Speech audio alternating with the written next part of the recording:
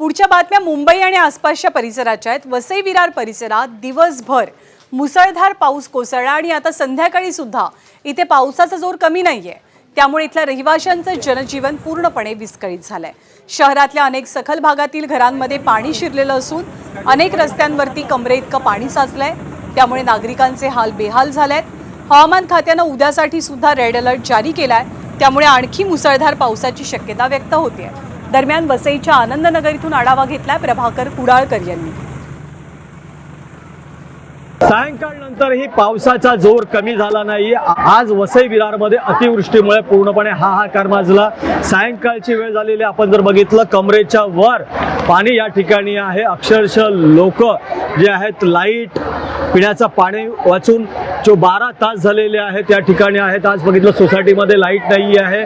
आपण जर बघितलं तर नागरिक बाहेर आहेत।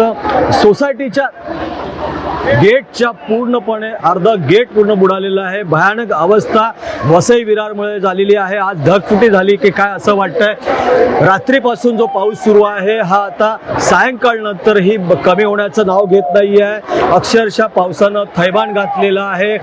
पूर्णपणे जे वसई विरारचं जनजीवन आहे ते विस्कळीत झालेलं आहे। रेल्वे सेवा ठप्प झालेली आहे। अत्यावश्यक जे भाजीपाला ट्रक आहे त्याचबरोबर दुधाचे टँकर आहेत हे वसई विरार शहरामध्ये आले नाही आहे। त्यामुळे अनेक नागरिकांना मोठी गैरसोय होते आहे। पिण्याचं पाणी वरती चढलं नाही कारण की लाईटच नाही आहे। 12 तास उलटून गेलेले आहेत, अजूनही लाईटचा पत्ता नाही आहे। पूर्णपणे कहर पावसाचा आज दिसून आला। उद्याही रेड अलर्ट वसई विरारमध्ये आहे। त्यामुळे उद्याही आणखीन ही जनजीवन जे विस्कळीत होऊ शकतं। प्रभाकर कुडाळकर, ABP माझा, वसई।